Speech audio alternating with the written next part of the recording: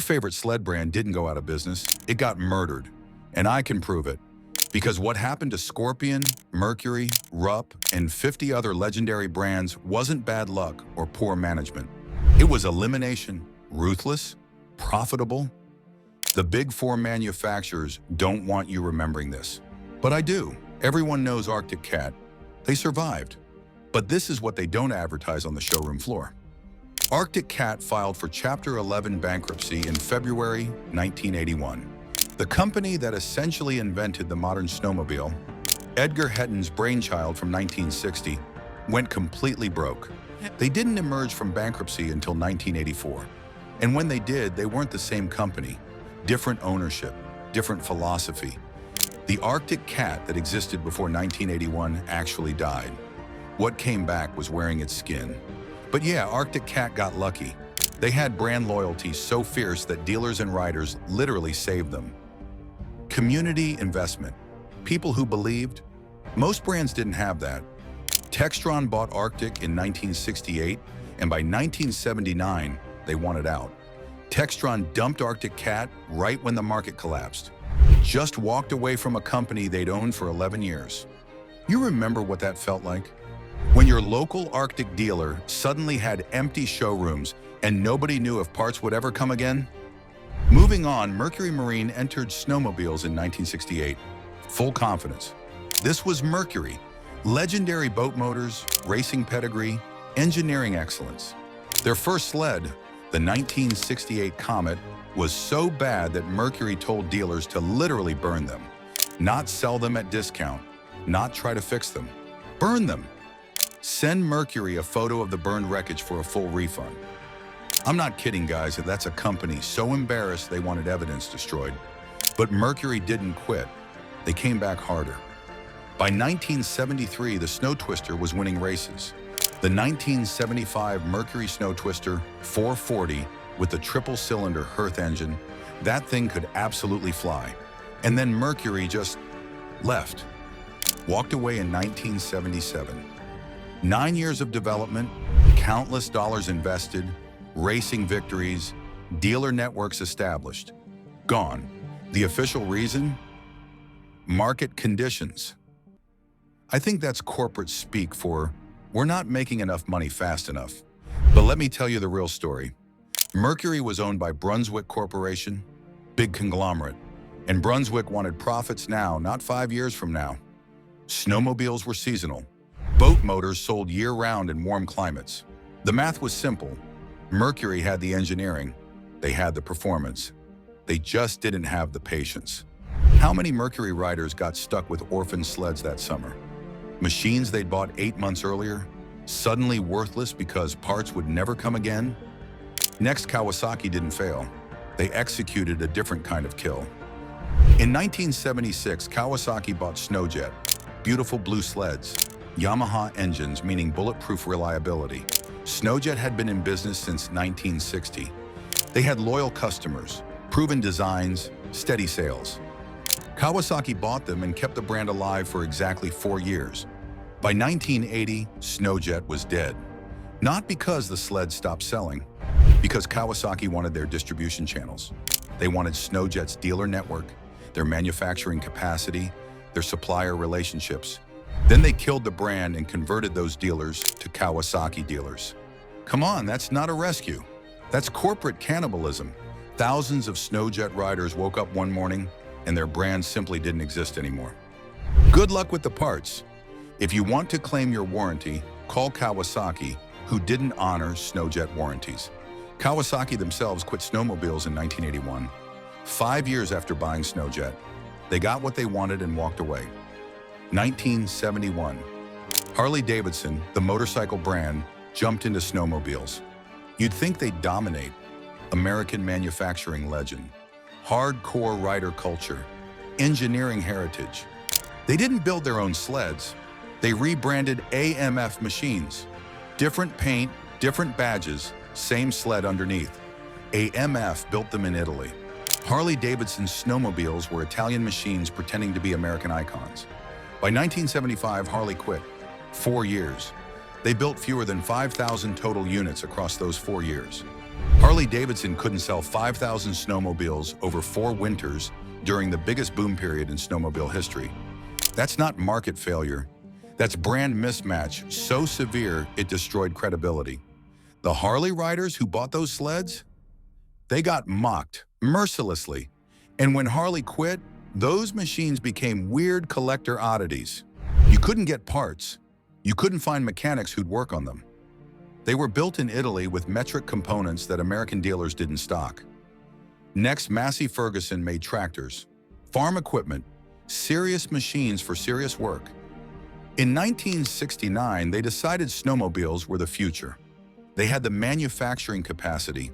They had distribution through farm equipment dealers across the northern US and Canada. They had brand recognition. By 1977, they were out. Let me tell you what actually happened. Massey Ferguson built utility sleds, work machines. The Ski Whiz models were designed for trappers, hunters, ice fishermen, people who needed snowmobiles as tools. That market existed, but it was tiny compared to recreational riders. And recreational riders didn't want tractors on skis. They wanted speed, style, sex appeal. Massey Ferguson refused to pivot. They believed in their utility vision, and the market left them behind. Ironically, by the 1990s, utility sleds became huge. Farmers, ranchers, wilderness workers, all riding snowmobiles for work. Massey Ferguson was 20 years too early. You probably knew someone with a Ski Whiz. Toughest sled on the trail, ugliest too. And when Massey quit, that guy couldn't even sell it. Who wants a used work sled from a dead brand? The story gets a bit dark from here. In 1970, the International Snowmobile Industry Association created voluntary speed limit recommendations. They suggested production sleds shouldn't exceed 65 miles per hour. Voluntary, not a law, not a safety regulation, a suggestion. But insurance companies started refusing to cover sleds over 65. Dealerships wouldn't stock them. Trail systems banned them. State agencies threatened registration restrictions. So it became mandatory through back channels. Now ask yourself, who controlled the ISIA? The big manufacturers, Polaris, Arctic Cat, Ski-Doo, Yamaha. And who got hurt by speed restrictions? The smaller performance brands, companies like Scorpion, Rupp, Snow Cruiser Technologies, brands built on being faster than the Big Four. Rupp's Nitro series regularly hit 80+ miles per hour. Beautiful machines, race-bred performance, suddenly unsellable because of voluntary industry standards. Rupp filed for bankruptcy in 1978. Speed restrictions didn't kill them alone, but those restrictions eliminated their competitive advantage. The big manufacturers used safety as a weapon. They couldn't out-engineer the performance brands, so they regulated them to death. How many riders never experienced a Rupp Nitro because insurance companies wouldn't cover it? Before we talk about the money, let's talk about John Deere. Late to the party, but with enormous advantages. Manufacturing scale, dealer networks, financial backing, brand trust. Their sleds were distinctive, bright yellow and green, built like farm equipment, heavy, durable, over-engineered for reliability. By 1984, John Deere quit. 12 years. They actually outlasted most competitors. But here's the detail nobody talks about. John Deere built snowmobiles in their Horicon, Wisconsin facility, same plant that made lawn tractors. When economic recession hit in 1981 to 1982, they had to choose which product lines to prioritize. Snowmobiles were seasonal, regional, niche. Lawn tractors sold year-round nationwide. John Deere didn't fail at snowmobiles. They simply chose not to compete. They had the capability to survive, but not the strategic will. The riders who'd invested in John Deere sleds got abandoned by a company that absolutely could have supported them. That's different than a startup going bankrupt. All right, coming to the money, real numbers. In 1973, a Polaris TX 340 cost $1,049. The median household income that year was $11,120. That sled cost 9.4% of annual household income. In 1982, a Polaris Indy 400 cost $2,495. Median household income was $22,390. That's 11.1% of annual income. Prices were rising faster than wages, but not catastrophically. A working-class family could still save up for a sled. Then the big manufacturers pivoted. They stopped building entry-level machines and focused exclusively on premium models. By 1990, the average new sled cost over $5,000. Median income was $29,943. That's 16.7% of annual income. By 2000, average price hit $7,500. Median income was $41,990. That's 17.9%. Today, the average new sled costs $14,500. Median household income is roughly $70,000. That's 20.7% of annual income. The manufacturers deliberately priced out the working-class riders who built the sport. They chased wealthy recreational buyers who'd pay premium prices for premium features. And as you can see, they succeeded. Profit margins per unit are higher than ever, but total sales are 1/5 of what they were in 1971. They chose profits over growth, exclusivity over accessibility. You felt that, didn't you? When your kid wanted to start riding and you saw the sticker price at the dealer. There's another thing that actually killed brand loyalty. When Scorpion died in 1982, they left behind an estimated 150,000 machines on trails. Those sleds didn't disappear. They were still running, still owned by riders who loved them. But parts stopped coming, not because parts couldn't be made, because nobody had economic incentive to make them. Scorpion had proprietary designs, unique clutches, custom bogie wheels, specific track dimensions. The big manufacturers sold generic parts, but they didn't fit Scorpions. So those 150,000 machines slowly became unusable.